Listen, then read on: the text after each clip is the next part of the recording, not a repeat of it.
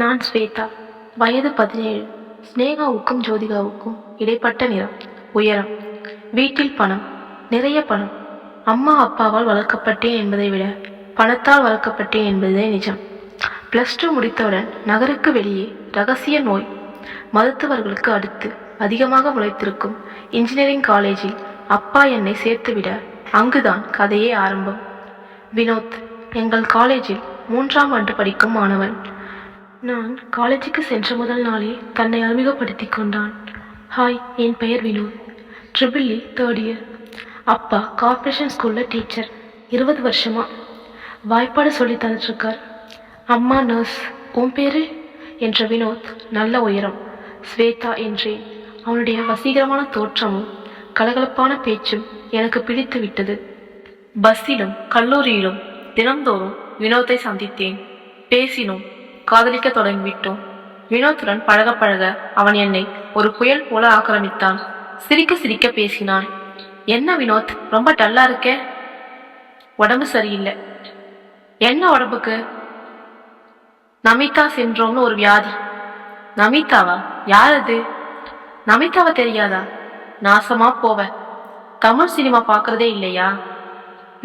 English Hindi movie தான் பார்ப்பேன். சரியா போச்சு. கடவுளே, நமிதாவை அறியாத இந்த குழந்தையின் பிழையை மன்னித்துவிடு. அதை விட்றா, இந்த நோயோட அறிகுறிகள் என்னென்ன அதை சொல்லு.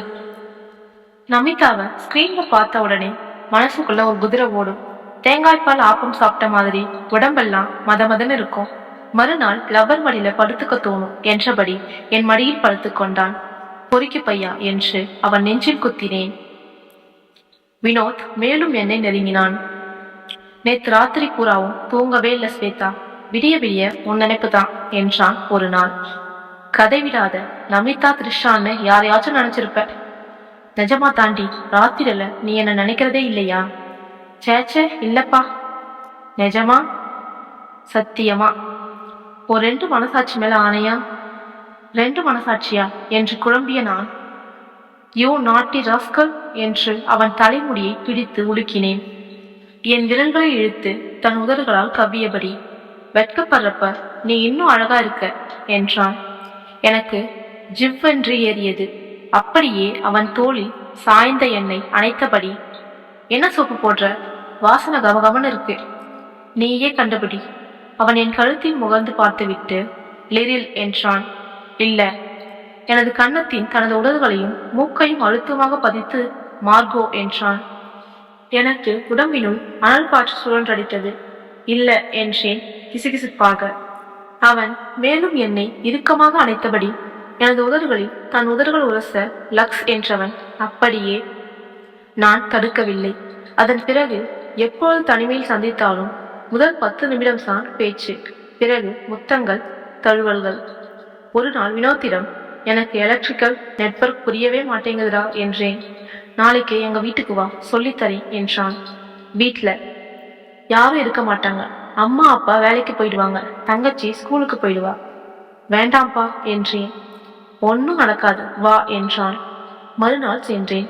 சிறிது நேரம் பேசிக்கொண்டு இருந்தோம். வினோத் ஒரு கடி ஜோக். சொல்லு.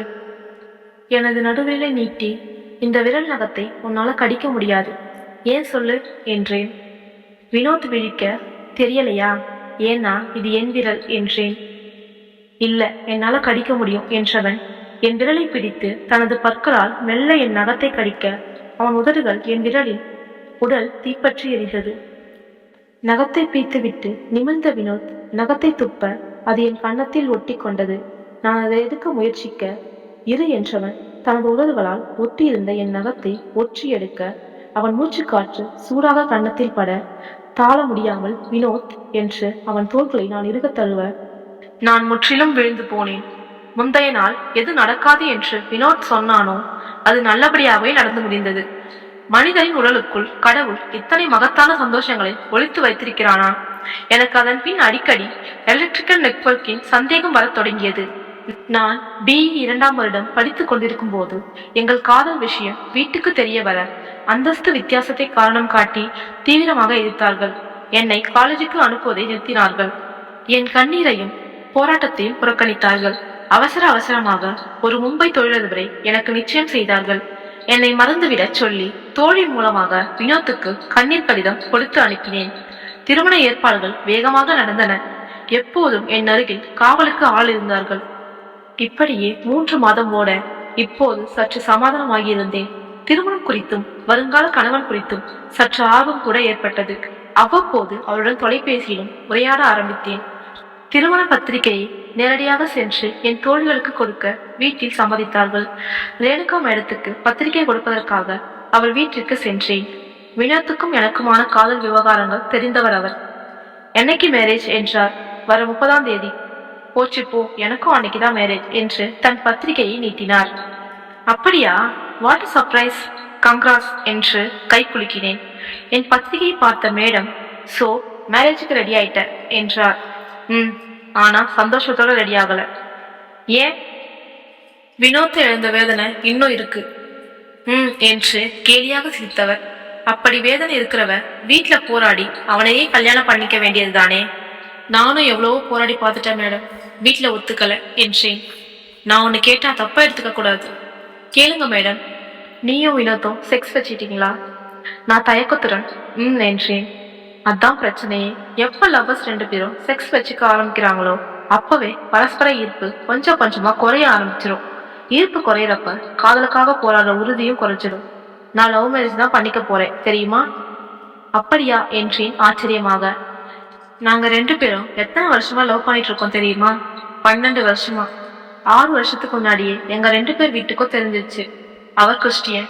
2 பேர் வீட்லயும் சம்மதிக்கல.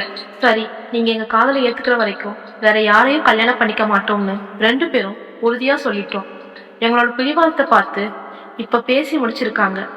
சரி, நீ எவ்வளவு நாள் வீட்டுல ஃபைட் பண்ணின? 2 மாசம். அதான் நீங்க எல்லாத்தையும் வேகமா முடிச்சுட்டு 3 மாசத்துல அடுத்த எக்ஸ்பீரியன்ஸுக்கு தயாராடுறீங்க. வினோத்தும் ஒரு 2 மாசம் சோகமா இருந்தான். இப்ப வேற ஒரு பொண்ணோட சுத்திட்டு இருக்கான். உங்களுக்கெல்லாம் காதலுங்கிறது பருவ காலத்துக்கும் திருமண காலத்துக்கும் நடுவுல இருக்கிற இடைவெளிய நிரப்புற ஒரு விஷயம். அவ்வளவுதான். தயவு செஞ்சு இத காதல்னு சொல்லாதீங்க, அசிங்கமா இருக்கு என்று ரேணுகா மேடம் சொல்ல சொல்ல தலைகுனிந்து நின்றிருந்தேன் நான்.